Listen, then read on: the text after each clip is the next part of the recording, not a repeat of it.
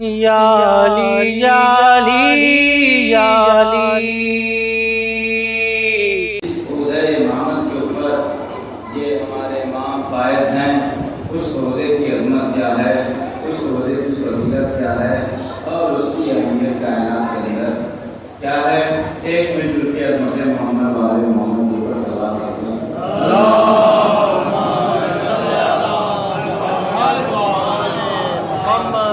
جیسے جیسے ایام قریب ہوتے جا رہے ہیں، بہرحال تلاوت کا غلبہ ہمارے اوپر تعلق ہوتا جا رہا ہے، لیکن اتنی جلدی ہمیں وہاں سیکھنا نہیں ہے۔ اور الحمدللہ بہت عظیم جملہ ذہن میں آ گیا، میں آپ کے حوالے کرتا ہوں۔ الحمدللہ دنیا کی کوئی اور قوم ہوتی، دنیا کی کوئی اور قوم ہوتی تو اب تک کہتی ہے ارے اتنے سال سے مناتے ہوئے چلے آ رہے ہیں، باپ دادا نے منایا، پر دادا نے منایا، ہماری ہزاروں نسلوں نے منایا، اب اس کی ضرورت نہیں ہے، کیا فائدہ رکھا اس مجلسوں کے اندر اپنا وقت ضائع کرنا، معذاللہ اپنا پیسہ ضائع کرنا، اپنا وقت ضائع کرنا، اپنی عمر کو ضائع کرنا۔ لیکن 1400 سالوں کے ساتھ، 1400 سالوں کے بعد اسی جذبے کے تحت جیسے ہمارے باپ دادا فرش ادا بچھایا کرتے تھے، اسی جذبے کے ساتھ ہم بھی بچھا رہے ہیں۔ عزیزان محترم، میں ہر سال کہتا ہوں اور اس بار بھی کہوں گا، آپ دیکھیے کہ ہمارے جذبہ ولا میں، ہمارے جذبہ عزا میں ایک ذرہ برابر کمی نہیں ہوئی ہے، زیادتی ہوئی ہے۔ اس کی مثال امام بارگاہوں کی تعداد بتا رہی ہے، مجلسوں کی تعداد بتا رہی ہے۔ سلام کہیے محمد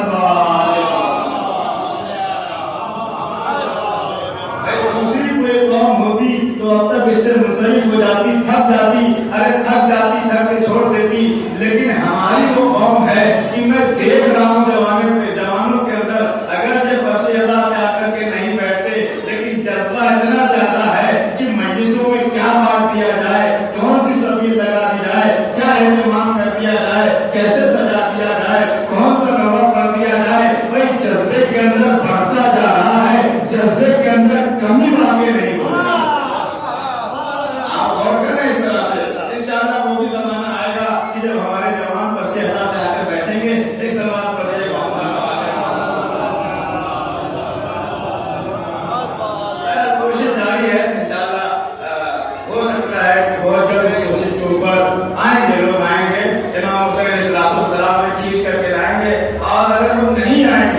تو اللہ تعالیٰ کو زبردستی بھیجے گا۔ دن میں نے دیکھا، میں مجلس پڑھ رہا تھا تو عالم یہ ہوا کہ جو لوگ باہر کھڑے تھے، بھائی میرے بلانے پہ نہیں آئے اور سیادہ کے بلانے پہ نہیں آئے، اللہ نے کہا گھبراؤ نہیں، میں ایسا انتظام کروں گا تم نہ چاہتے ہوئے بھی فرض حسین پہ آ جاؤ گے۔ ایک مرتبہ رحمت الہی کا نزول ہوا، وہ آدمی جو دھوپ کی تپش کو برداشت کر رہا تھا اور فرش ادا پہ نہیں آ رہا تھا، جیسے ہی بارش کا قطرہ گرا اپنے آپ فرش ادا پہ آ گیا۔ جملہ سن لیجیے، جو آدمی ایسے نہیں آتا اللہ انہیں زبردستی یہاں بھیج دیتا ہے۔ صلوات کریے محمد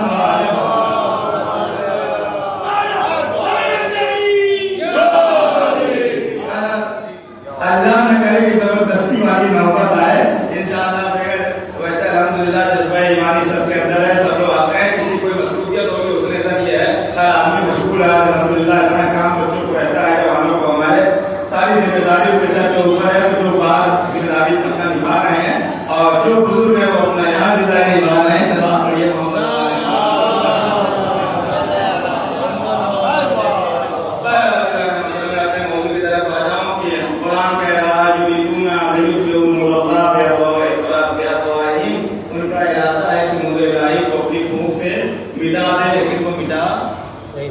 نہیں سکتے، نہ مٹا پائیں گے۔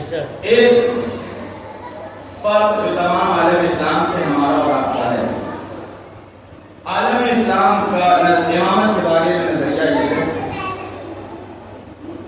کہ اس کائنات میں دو نظریے چل رہے ہیں امامت کے بارے میں۔ تمام مسلمانوں کا نظریہ یہ ہے کہ اللہ تعالیٰ نے اور رسول نے، جب رسول اس دنیا سے جا رہے تھے تو آپ نے کسی کو اپنا ہاتھی، اپنا جانشین، اپنا خلیفہ نہیں بنایا۔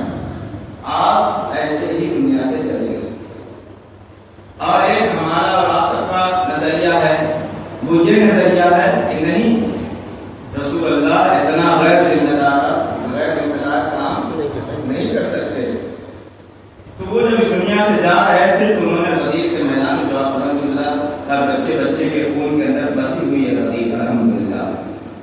تو ہمارا کیا نظریہ ہوا کہ ہم وہ لوگ ہیں کہ جن کے یہاں جب رسول اس دنیا سے جا رہے تھے تو اپنے بعد اپنا جانشین، اپنا ہادی، اپنا رہبر، اپنا رہنما چھوڑ کر کے گئے. بہت لوگ چھوڑ کر کے گئے، بنا کر کے گئے.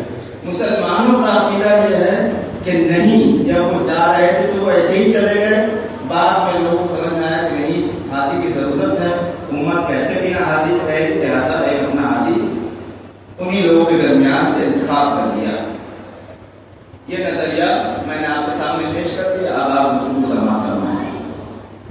عزیزان محترم، دیکھیے پھر وہی بات، کبھی کبھی ایسا ہوتا ہے کچھ چیز کو صحیح ثابت کرنے کے لیے بہت ساری چیزیں ہم غلط کر جاتے ہیں.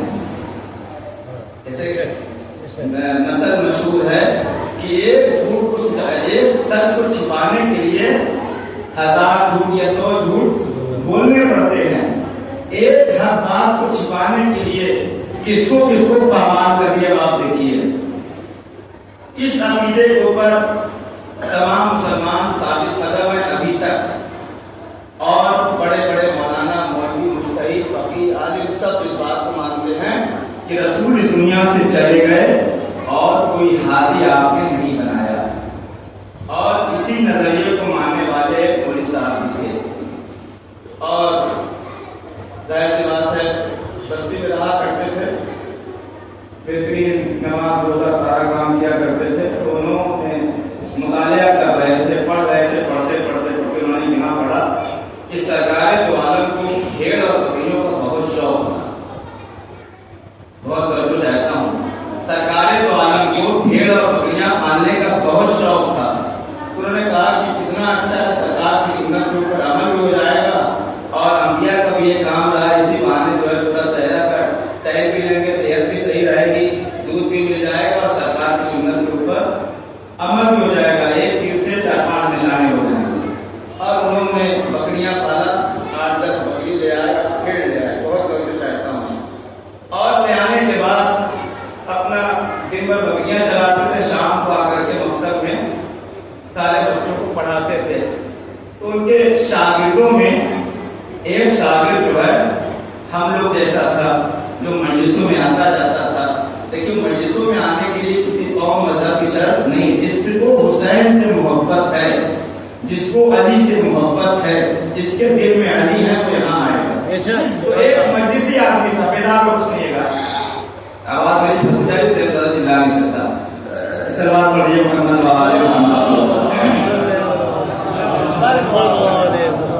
آپ نظریہ کیا ہے کہ سرکار دو عالم اس دنیا سے چلے گئے، امت کو ایسے ہی چھوڑ دیا بغیر کسی ہادی، امام، رہنما، لیڈر کے. اب یہ مولوی صاحب دن بھر بکری چراتے تھے، شام کو مکتب میں پڑھاتے تھے. اور کسی نے پوچھا ان سے، کہہ لگے ہاں یہ بات تو صحیح ہے، میں نے بھی پڑھی ہے کہ سرکار دو عالم ایسے ہی چلے گئے، بنا کسی کو ہادی بنائے، بنا کسی کو رہبر بنائے، بنا کسی کو امت کا ہادی بنائے، امت کو تنہا چھوڑ کر کے چلے گئے. سب بچے بات مان رہے تھے، وہ بچہ بھی مان رہا تھا، ہم بھی مان. ٹھیک ہے مولوی صاحب کہہ رہے صحیح کہہ رہے ہوں گے. بہرحال وقت گزرتا تھا. 4-5 مہینے کے بعد مولوی صاحب کو ایک نکاح پڑھنے کے لیے کہیں جانا پڑ گیا. بہت توجہ، نکاح پڑھنے کے لیے کہیں جانا پڑا. انہوں نے شام میں اپنے مکتب میں بچوں کو بلایا اور ایک بچے سے کہا تم بڑے ہوشیار ہو، بڑے ذہین ہو، دیکھو میں جا رہا ہوں. بہت سلوات پڑھیے محمد.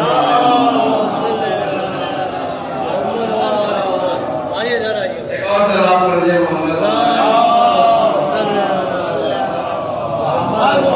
توجہ چاہتا ہوں، واقعہ اپنے اختتام میں پہنچ گیا. مولوی صاحب کو پڑھنا پڑ گیا نکاح کے لیے جانے لگے. تو اپنے مکتب میں سب کو ہوشیار بچوں کو بلایا، کہا میرے جان ادھر آؤ، تم بڑے ذہین ہو، بڑے ہوشیار ہو. مولوی صاحب سب چیزیں کرنا کیا ہے؟ تو اس نے مولوی صاحب نے کہا میں جا رہا ہوں اور میری بکریوں کے لیے کسی آدمی کا ہونا ضروری ہے. بہت توجہ، ایک آدمی چاہیے جو میری بکریوں کی دیکھ بھال کر سکے، جو ان کو ہدایت کر سکے، جو ان کو راستہ دکھا سکے، جو ان کو بتائے. ایک مرتبہ بچے نے مولوی صاحب کی طرف دیکھا، مولوی صاحب نے دیکھا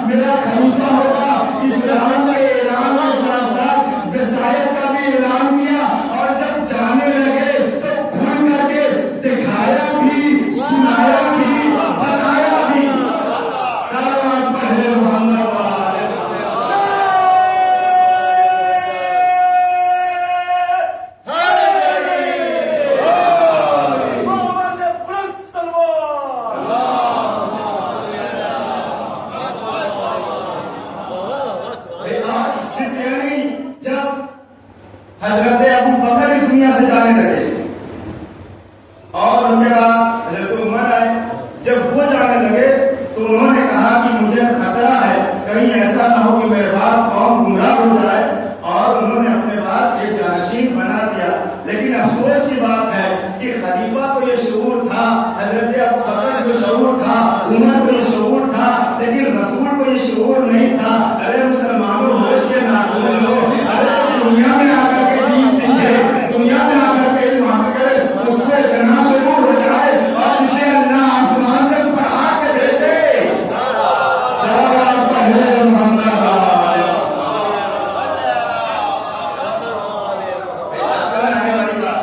اس میں کوئی اختلافی بات نہیں ہے, آدمی سمجھ سکتا ہے کہ جب میرے جیسا جاہل آدمی کو معلوم ہوتا ہے کہ اگر میں یہاں سے جا رہا ہوں تو کسی کو اپنی جگہ کے اوپر چھوڑ دیا میں یہاں میں نہیں پڑھ سکے, اس میں جا نہیں ہوں. اگر مجھے کہیں جانا پڑ جائے تو ضروری ہے ایک آدمی اپنی یہاں چھوڑ سکتا ہے, اسی چلے گئے. علی رضی محترم, اب امام کا ہونا اس دنیا میں ضروری ہے. امام علیہ السلام کا آنا ضروری ہے. امام اگر اس کائنات میں نہ ہو تو عالم کیا ہوگا؟ کرمانا چکا ہوں, کائنات تباہ و برباد ہو جائے گی, کائنات ختم ہو جائے گی, کائنات پلٹ جائے گی, زمین پہ دھس جائے گی. یہ عالم اگر امام نہ ہو. اب اگر حضرت امام زمانہ اجل اللہ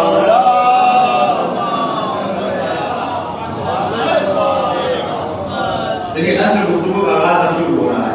اگر ہمارے یہ امام, اور میں ایک حدیث آپ کو سنا دوں کہ چھٹے امام امام جعفر صادق,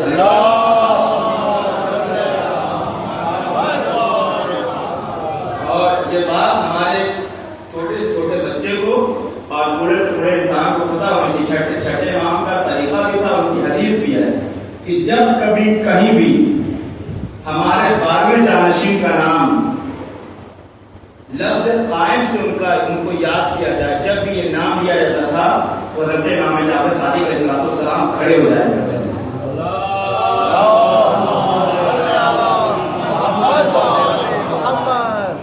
یہ سننے اور پڑھنے کی باتیں نہیں, عمل کرنے کی بات ہے. ایران وغیرہ میں جب بھی دعائیں رہے ہوتی ہے تو لوگ جب بھی یہ لفظ آتا ہے تو اس کے اوپر باقاعدہ کھڑے ہو, چھٹے امام کھڑے ہوتے تھے. تو یہ ہمیں یاد رکھنا ہے کہ امام کا اتنا اہتمام ہو رہا ہے. اب امام اصل گفتگو یہاں شروع. امام علیہ السلام اس کائنات میں ہیں, اور اگر امام نہ ہوتے تو کیا ہوتا, یہی میں آپ کو سمجھتا. اگر امام نہ ہوتے تو کیا ہوتا. قرآن کہہ رہا ہے بسم اللہ الرحمن الرحیم, وما خلقت الجن والانس الا لیعبدون. ہم نے جنات اور انسانوں کو پیدا کیا کہ وہ ہماری عبادت کر سکیں. اللہ نے قرآن میں فرما دیا کتنے لوگ عبادت کر رہے ہیں. اس کائنات میں کتنے لوگ عبادت کر رہے ہیں جیسا اللہ چاہتا ہے. جتنے مسلمان اس وہی تو کر رہے ہیں, باقی جو مسلمان نہیں ہیں وہ اللہ کی ویسی عبادت نہیں کر رہے. یہ آیت ابھی باقی, یعنی یہ آیت جو مقصد ہے وہ بھی مقصد پورا نہیں ہوا. آیت ہے نا کہ وما خلقت الجن, آپ کے بات پہنچ رہی نہیں پہنچ رہی ہے. وما خلقت الجن والانس الا لیعبدون, ہم نے جنات و انسان پیدا کیا وہ ہماری عبادت کریں. تو عبادت تو صرف ہم آپ کر رہے ہیں, انسان کے اندر تمام انسان شامل ہیں. اس کا مطلب یہ آیت ابھی اپنے مصداق تک یعنی مکمل نہیں ہوئی ہے, اس کے اوپر پورا عمل نہیں ہوا ہے. دوسری آیت سنیے, قد افلح المؤمنون, مومنین کامیاب ہو گئے یا ہو جائیں گے. کہاں مومن کامیاب ہے؟ ہر جگہ مومن ذرا پریشان ہے, اس کا حق مارا جا رہا ہے, لوٹا جا رہا ہے, پریشان کیا جا رہا ہے, مومن کو دبایا جا رہا ہے. بھائی پوری دنیا میں ایران کے علاوہ کئی مومن کی حکومت ہے جو مرکوز ہے آپ کے گھر میں. سلام پڑھیے.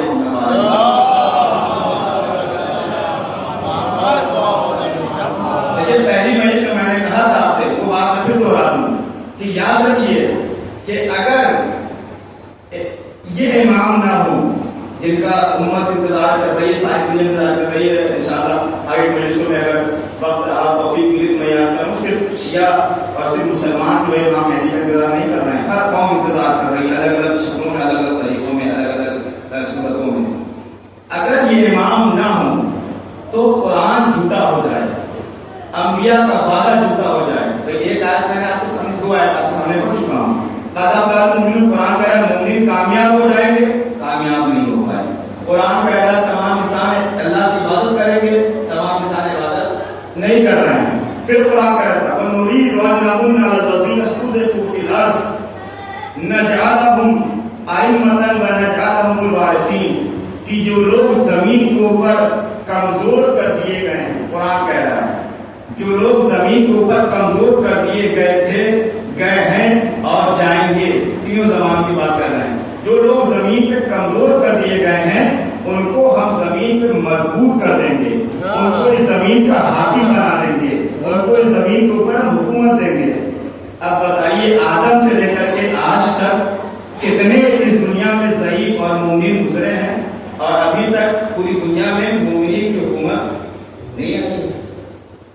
یہ بھی آیت ابھی اپنا وستار ڈھونڈ رہی ہے. بہت تو میں چاہتا ہوں اگر بات آپ تک پہنچا نہیں سکا بھائی، تین باتیں ہو چکی. اس کے بعد قرآن کہہ رہا ہے کہ ہم اس دنیا میں جو روز میں آیات پڑھتا ہوں هو الذی ارسل رسولہ بالہدی، اس نے اپنے رسول کو ہدایت کے ساتھ بھیجا اور اس لیے بھیجا کہ دین اسلام کو تمام دین کے اوپر غالب کر دے. یہ دین تمام دین کے اوپر ظاہر ہو جائے.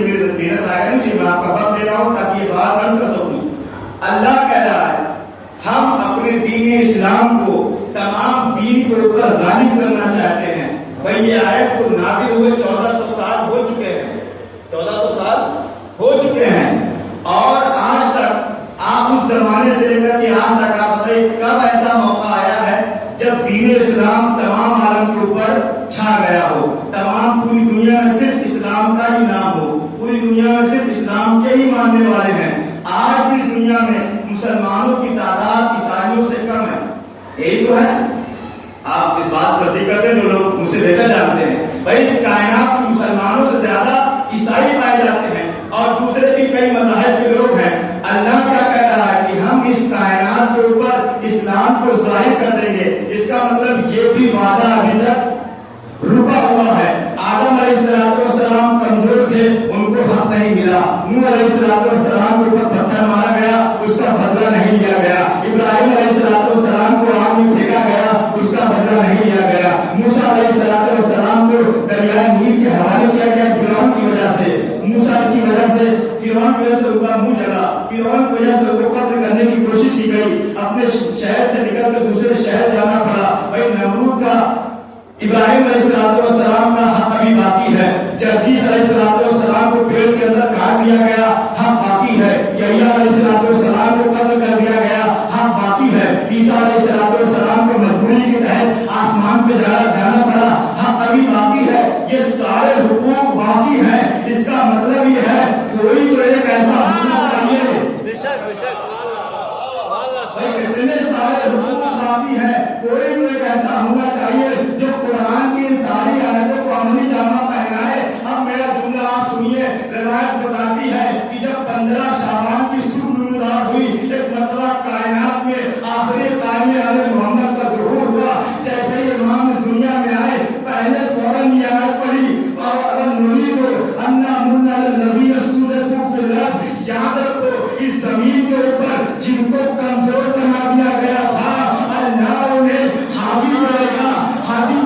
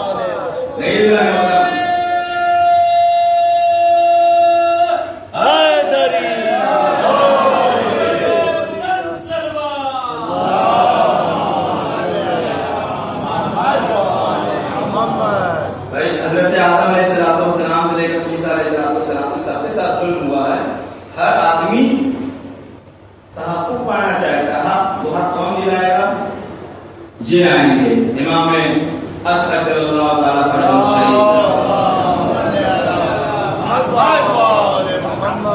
اور ایک بات میں اور عرض کر دوں یریدون ان یطفئوا نور اللہ بافواہہم کہ وہ اللہ کے اس نور کو مٹانا چاہتے تھے. اللہ نے انتظام کیا اور دشمن کو ایک بار موقع دیا اور وہی پہلے دن والی بات ہے ارادہ الہی اور ارادہ خدا ارادہ مخلوق. آپ دیکھیں کہ حضرت موسیٰ علیہ السلام اس نور کی صرف ایک ہلکی سی جھلک تھے. بہت بہت جو چاہتا ہوں اس نور الہی کی صرف ایک جھلک کہتے ہیں ایک جھلکا کہتے ہیں ایک ہلکی سی روشنی کہتے ہیں. اللہ تعالیٰ نے کیا بات قرآن مجید میں یریدون لیطفئوا نور اللہ بافواہہم کہ ان کا ارادہ ہے کہ نور الہی کو اپنی پھونک سے مٹا دیں. یہ آدمی پھونک سے مٹانے کے لیے اس نے چراغ مٹا دیا. چراغ پھونکا بجھ گیا تو اس کی اوقات بڑی اس کی ہمت بڑی جرأت بڑی آگے سورج کو مٹانے کے لیے. اب آپ انصاف سے بتائیے ہنومان جی تو آپ نہیں ہیں کہ نہیں مٹا پائے تو کھا گئے. سلام پڑھیے محمد علیہ محمد بھائی سورج کو مٹانے کے لیے پھونک پھونک کر کے مر گیا لیکن مٹا نہیں سکا. بھائی یہ اسی کی مثال ہے جو نور الہی کی ایک روشنی کو مٹانا چاہتا تھا. بھائی فرعون نے 70,000 بچوں کو ذبح کر دیا صرف اس بنیاد کے اوپر کہ موسیٰ اس دنیا میں نہ آنے پائے موسیٰ اس دنیا میں نہ آنے پائے. یہی حال ہمارے امام کی ولادت کے وقت تھا. تمام بنی عباس تمام بنی امیہ تمام ظالم تمام جابر تمام دنیا والے یہ کوشش کر رہے تھے کہ یہ مہدی موعود اس دنیا میں نہ آنے پائے یہ منجی عالم اس دنیا میں نہ آنے پائے آدم کا وارث دنیا میں نہ آنے پائے نوح کا وارث دنیا میں نہ آنے پائے موسیٰ کا وارث دنیا میں نہ آنے پائے عیسیٰ کا وارث دنیا میں نہ آنے پائے محمد کا وارث دنیا میں نہ آنے پائے علی کا وارث دنیا میں نہ آنے پائے فاطمہ کا وارث اس دنیا میں نہ آنے پائے. لیکن شاید وہ قرآن بھول گئے اور تعلیم بھول گئے. اللہ نے یہ ایک مرتبہ اس سے پہلے کر کے دکھا دیا تھا جب تم ہمارے نور کی ہلکی سی روشنی موسیٰ کو اس دنیا میں آنے سے نہ روک سکے تو ہمارے نور کامل کو اس دنیا میں آنے سے کیسے روک سکتے ہو. صلوات پڑھیں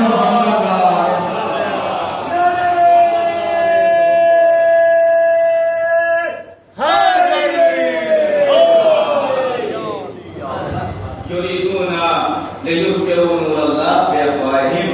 اور عزیزان محترم 15 شعبان کو یہ ماہ منور یہ بدر کامل یہ زہرا کا لال اور منتقم خون حسین ابن علی اس دنیا میں تشریف لایا.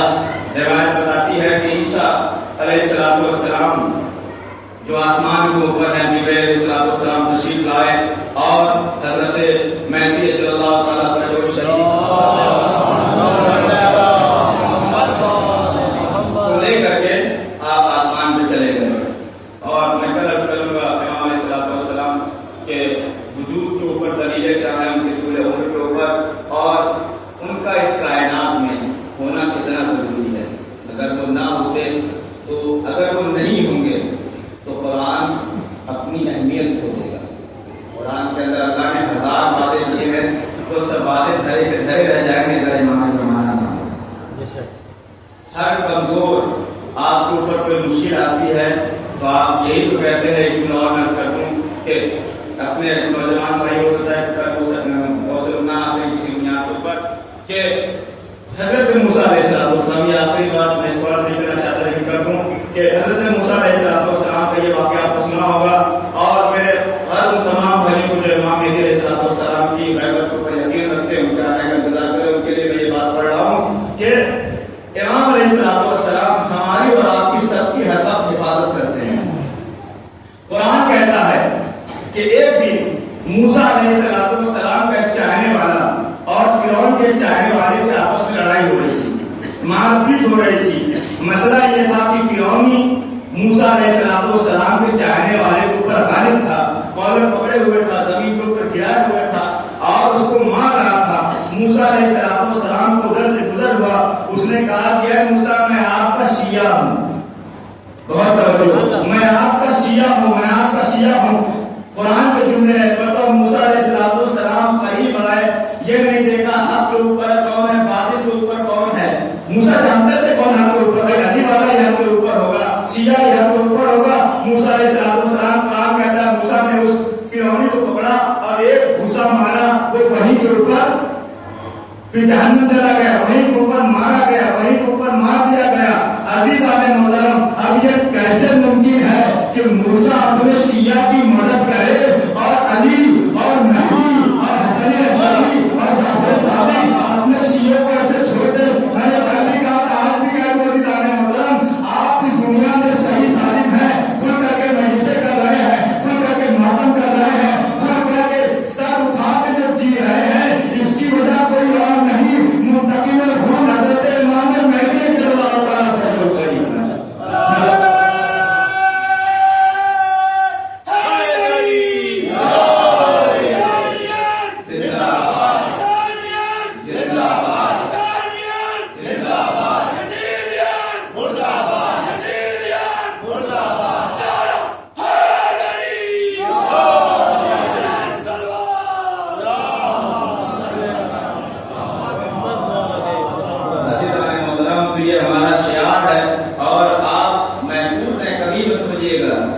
ہم اپنی وجہ سے جی رہے ہیں، یہ عزت ہماری اپنی وجہ سے نہیں، عزت یہ آپ اس طرح اٹھا کے جی رہے ہیں نا، اس کے پیچھے آپ کے امام کا ہاتھ۔ آپ اس دنیا میں عزت سے جی رہے ہیں کیونکہ آپ کا وارث موجود ہے۔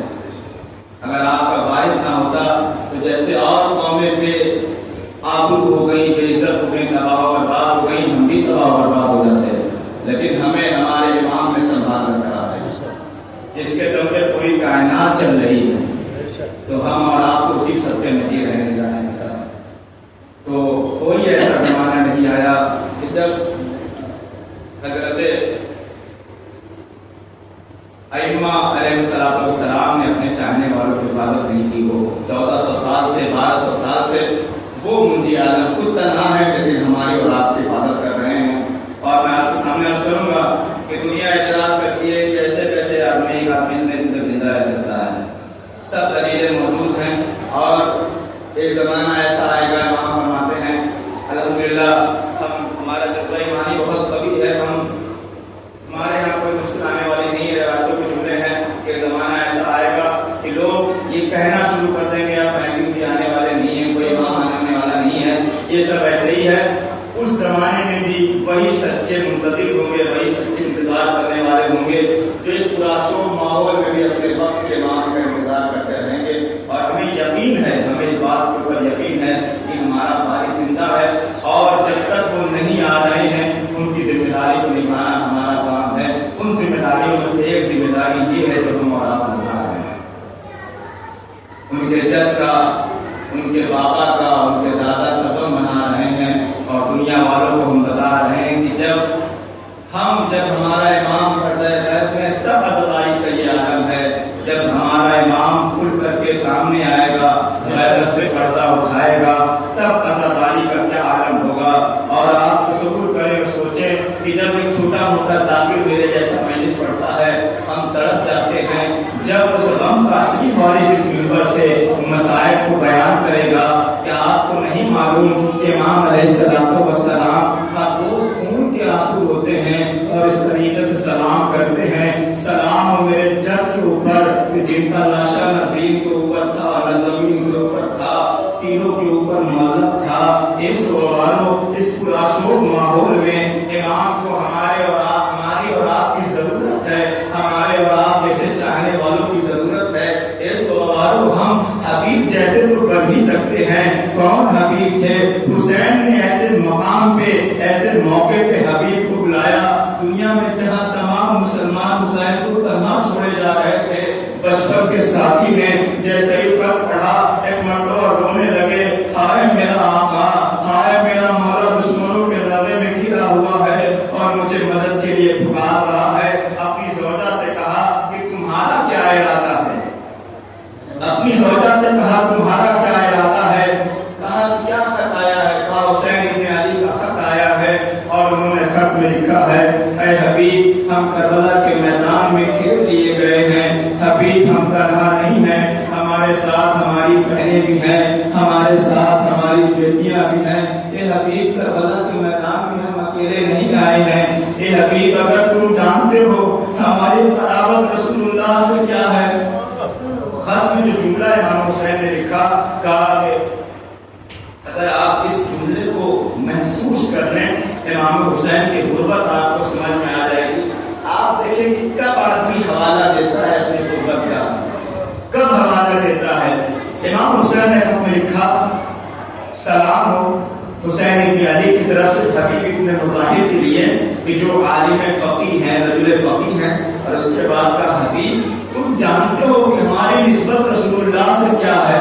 یہ محمد یہ آپ کو کہہ رہے ہیں، کہا حبیب تمہیں یاد دلا رہا ہوں، دنیا ہماری نسبت کو بھول گئی ہے، دنیا بھول گئی ہے کہ ہم نواسہ رسول ہیں، دنیا بھول گئی ہے کہ زینب رسول کی بیٹی ہے، دنیا بھول گئی ہے کہ ہم نواسہ رسول ہیں۔ کہا حبیب تم جانتے ہو کہ ہماری نسبت رسول اللہ سے کیا ہے، اور اس کے بعد کہا حبیب اگر تم ہمارے لیے قربانی دو گے تو اس کی جگہ تمہیں محشر میں میرے نانا رسول خدا دیں گے۔ اے میرے مولا حبیب سے ایسی باتیں کہہ رہے ہیں، کہا میں حبیب کے لیے نہیں کہہ رہا ہوں، یہ امت کے لیے کہہ رہا ہوں کہ مجھے اپنا نہ چھوڑے۔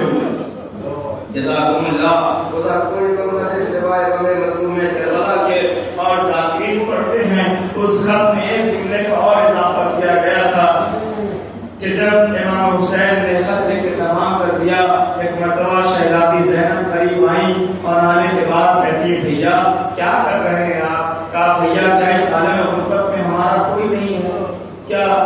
یزید کی فوج میں اضافہ ہوتا چلا جا رہا ہے، ہماری مدد کے لیے ایک بھی آدمی نہیں آئے گا، ہم اکیلے یہاں مارے جائیں گے، ہم اکیلے تنہا رہیں گے، بھائی کسی کو تو بلائیے۔ تو ان کے کہنے پہ امام حسین نے خط لکھا، اس خط میں جناب زینب نے کہا ہے میرے بھیا ایک جملہ میری طرف سے اضافہ کر دینا، اے حبیب آنے میں ذرا جلدی کرنا، کہیں ایسا نہ ہو تمہارے آنے